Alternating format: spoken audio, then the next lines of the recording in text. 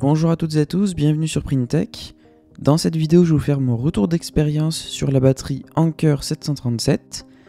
Cette batterie m'a été envoyée par Anker à ma demande et je la teste actuellement depuis près de 2 semaines et je vais vous livrer mon avis. Pour commencer, on va regarder les caractéristiques de la batterie. Donc déjà, elle dispose d'un port USB-A de 18 watts, de 2 ports USB-C de 140 watts partagés, c'est-à-dire que si on branche 2 appareils, chaque appareil aura, on va dire, 70 watts.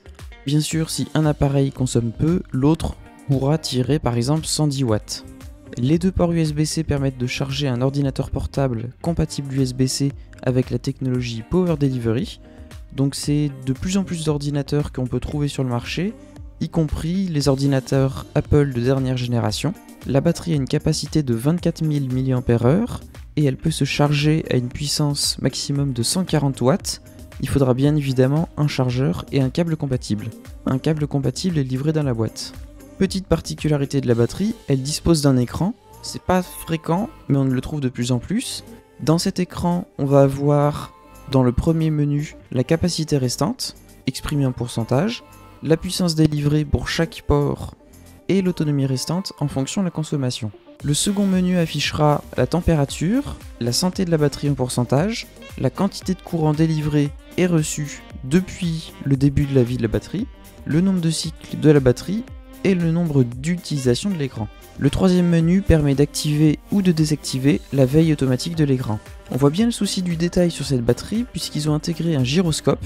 Si par exemple je tourne la batterie, l'écran va s'adapter pour être dans le bon sens. Alors par contre, ça marche pas dans les 4 sens, il y a seulement 2 sens qui fonctionnent, mais c'est déjà pas mal.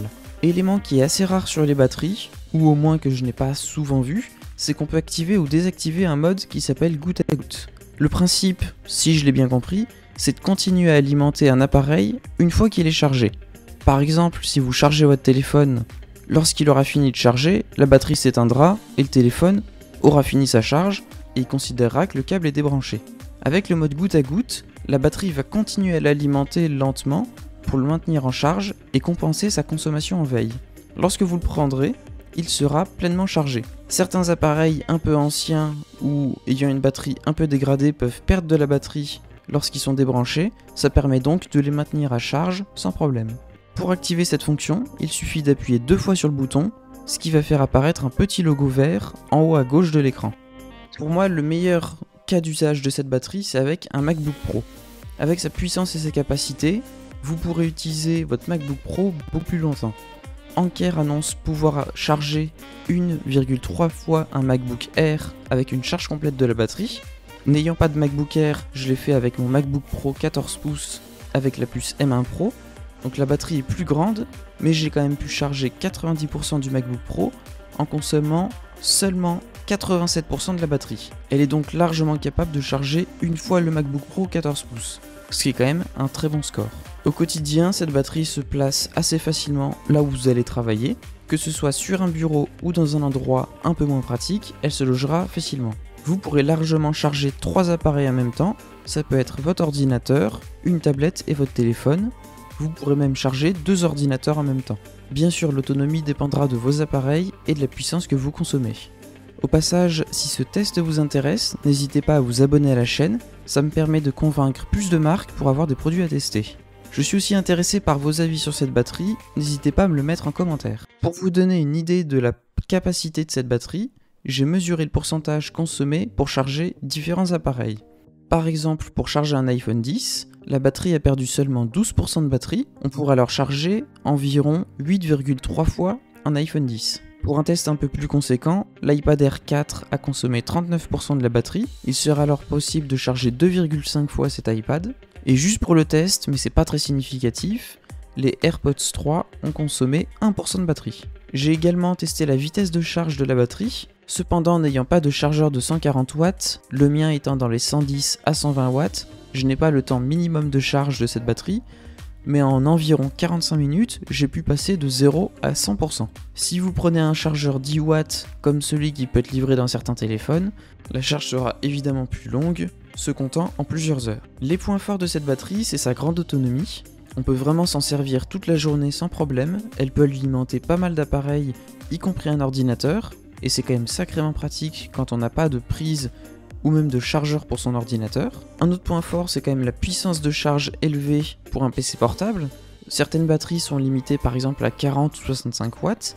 Là, avec 140 watts, on peut quand même charger un PC assez vite, et c'est super pratique pour dépanner une personne, ou même faire une charge rapide. Attention bien évidemment à la chaleur que l'ordinateur et la batterie vont produire, faut éviter de laisser ça dans un sac fermé. Et puis le dernier point fort, c'est l'écran avec les informations détaillées.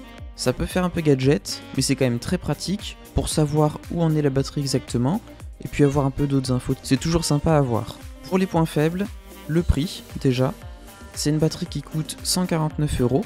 C'est quelque chose qui est très cher pour, on va dire, son usage. Par contre, au niveau de la qualité, on voit que le prix est quand même cohérent. Si vous cherchez juste une batterie pour charger un PC portable, on peut très bien en trouver moins cher. Elles feront tout à fait le travail, peut-être moins vite, mais au moins elles chargeront un PC. Là, vous payez la qualité de finition, l'écran, la batterie qui est bien conçue. Ça peut valoir le coup si vous en servez souvent. Un autre point faible, c'est le poids, 630 grammes. C'est quelque chose qu'on sent quand on l'a dans le sac. Alors forcément, les batteries c'est lourd. Ça, bien sûr, Anker n'y peut pas grand-chose, mais il faut le prendre en compte. 630 grammes en plus ou en moins dans le sac, on le voit très vite. Pour certains usages qui sont très rares, c'est la relance de la charge lorsqu'un appareil se connecte ou se déconnecte. C'est-à-dire que si vous branchez un téléphone, il va lancer sa charge. Si vous en branchez un deuxième, tous les appareils vont repasser à 0 watts puis remonter en charge. Normalement, l'utilisateur ne verra aucune différence puisque le téléphone va gérer ça correctement. Par contre, pour certains appareils, comme par exemple un Raspberry, il y a quelques risques que l'ordinateur se coupe n'ayant plus de courant sur un très court instant.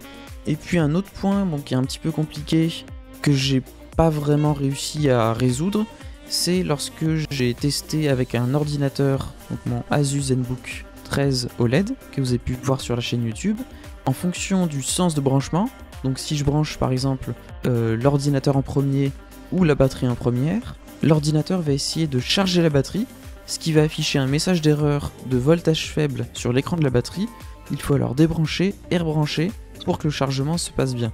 Si vous ne faites pas attention à ça, vous avez un seul risque, c'est que la batterie ne charge pas votre ordinateur. J'espère que ce test vous aura intéressé, n'hésitez pas à vous abonner, à mettre un like et à me donner votre avis sur ce produit en commentaire. Et sur ce, à bientôt!